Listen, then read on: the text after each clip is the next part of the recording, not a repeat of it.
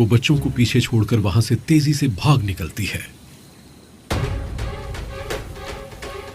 एक शेरनी।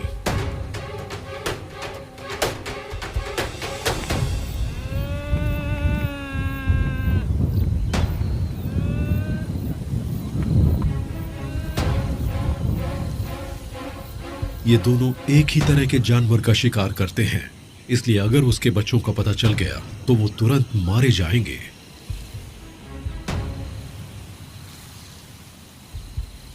न्योटा शेरनी को बच्चों से दूर ले जाने की कोशिश करती है।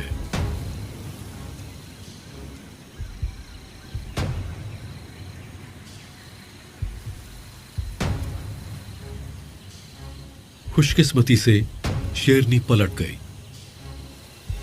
उसने न्योटा के बच्चों को नहीं देखा।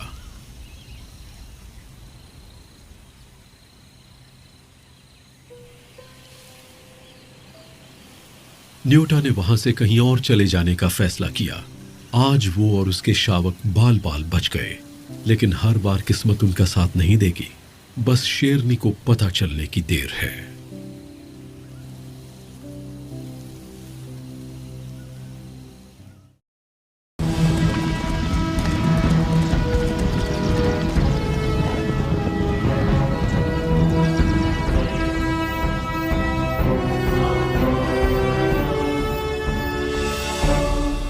उपेपो के परिवार ने तय किया है कि वो विल्डेबीस्ट के पीछे न जाकर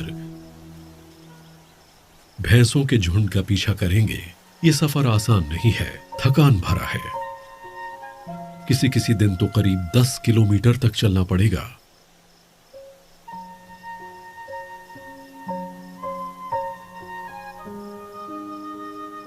सांप के काटने से मावई की हालत पहले से बदतर हो गई है। उसकी एक आंख खराब हो गई है और कई जगह से उसके बाल गिरने शुरू हो गए हैं।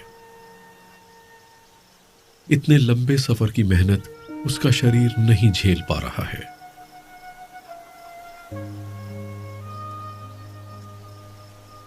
लेकिन परिवार के दूसरे सदस्यों की जिंदगी के आगे उसकी तकलीफ के बारे में नहीं सोचा जा सकता। उन्हें बढ़ते रहना होगा। मावई धीरे धीरे पीछे छूटता जा रहा है। अगर वो परिवार के साथ नहीं रहा तो भूखा रह जाएगा। काली पीछे पलट कर देखती है, लेकिन उसे मावई कहीं नहीं दिखता। देखकर बहुत दुख होता है, लेकिन कुछ किया नहीं जा सकता। बाकी के परिवार की खातिर उन्हें चलते रहना होगा। मावई आखिर वहीं जमीन पर बैठ गया। परिवार की सुरक्षा और मां की गोद का आराम आखिर उससे दूर होता चला गया।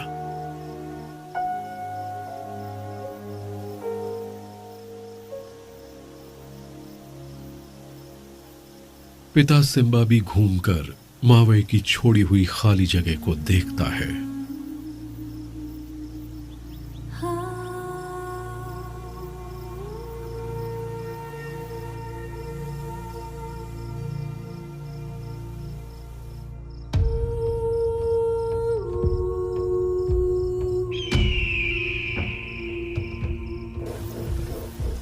मावई के छूट जाने के बाद अब पिता सिम्बा की चाल भी धीरे धीरे ढीली हो गई है।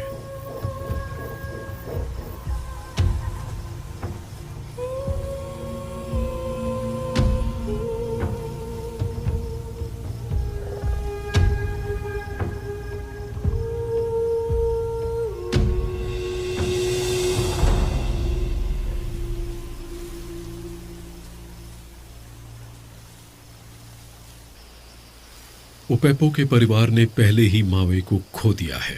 एक और सदस्य खोना उनके लिए बहुत बड़ा झटका होगा।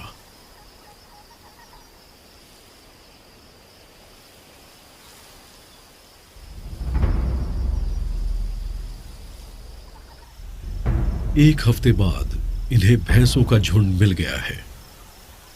1 टन से भी ज्यादा भारी इन भैंसों का शिकार बहुत ही मुश्किल होता है, लेकिन शेरों के पास इन्हें पकड़ने के अलावा और कोई रास्ता भी नहीं है। एक भैंसे को मारने के लिए सिर्फ शेरनियों की ताकत काफी नहीं होगी, इसलिए आज झुंड के जवान बच्चे बहुत बड़ी भूमिका निभाएंगे।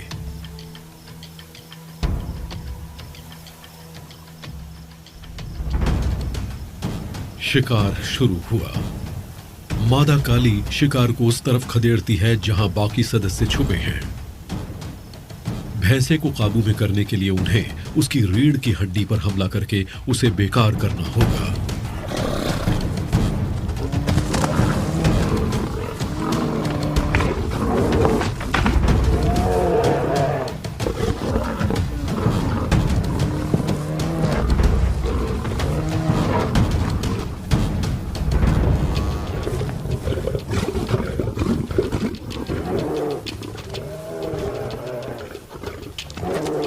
आधे घंटे की जद्दोजहद के बाद आखिर भैंसा गिर पड़ा।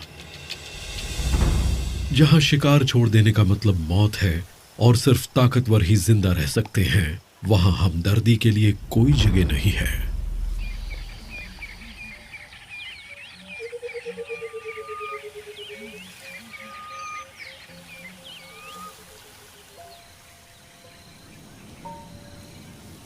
मोटो बहुत दूर निकल आया है।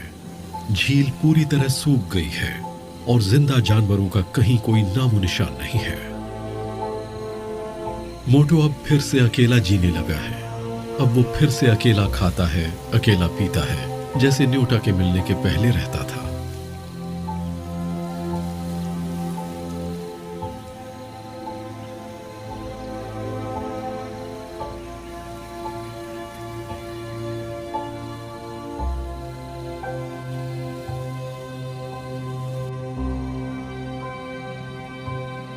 उसे न्योटा से मिले हुए 6 महीने बीत गए हैं और उसे तो पता भी नहीं है कि उसके 4 बच्चे हैं। जब न्योटा प्रेग्नेंट हुई, तब उसने स्वीकार किया कि छोड़कर जाना ही उसकी नियति है। उसकी बात मानकर वो दूर निकल गया था, लेकिन आज भी मोटो को न्योटा की याद आती है। इसे आज भी उम्मीद है कि एक दिन किस्मत इन दोनों को दोबारा मिलाएगी। वो आज भी न्योटा को आवाजें देता है।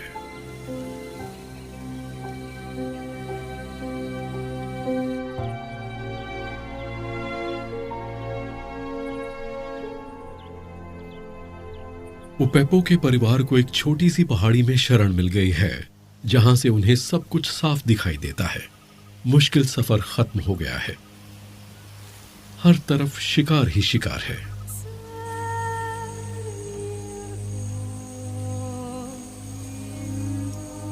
पिछले कई सालों से सेरेंगेटी का मौसम धीरे धीरे गर्म होता जा रहा है। यहां तक कि सवाना के राजा शेर भी इस गर्मी को झेल नहीं पा रहे हैं। जैसे जैसे तापमान बढ़ता है, शेर जल्दी थकना शुरू हो जाते हैं। काली एक गड्ढा खोदकर गर्मी से बचने के लिए उसमें अपना सिर डाल देती है।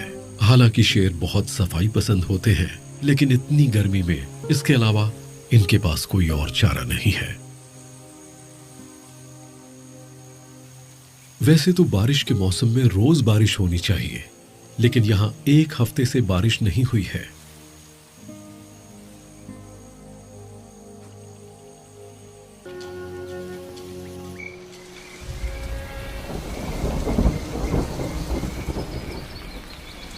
दोपहर को आसमान बादलों से ढक गया और मैदान में चारों तरफ अंधेरा छा गया। ये अचानक बारिश हो जाना सामान्य नहीं लग रहा।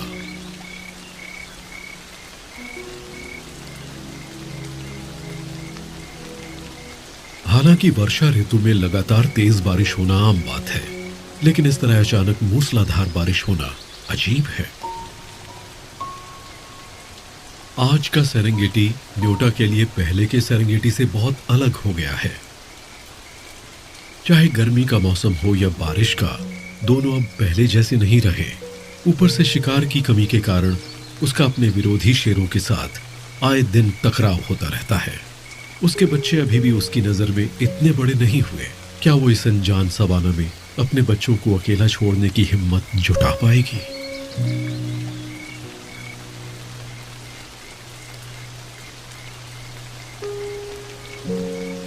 गर्मी से राहत तो मिल गई, लेकिन ये बेमौसमी बारिश बंद होने का नाम ही नहीं ले रही।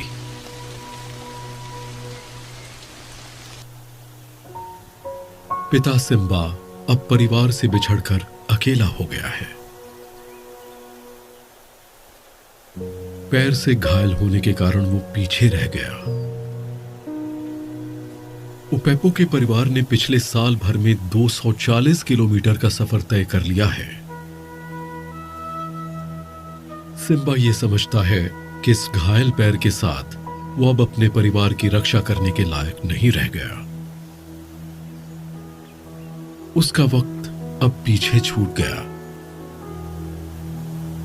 कभी वो भी एक बांका जवान और ताकतवर शेर था जो अपने परिवार और बच्चों के साथ खुश था, अपने झुंड को एकजुट और सुरक्षित रखता था। आज उसने उसी परिवार के लिए सब छोड़कर अकेले रहना मंजूर कर लिया।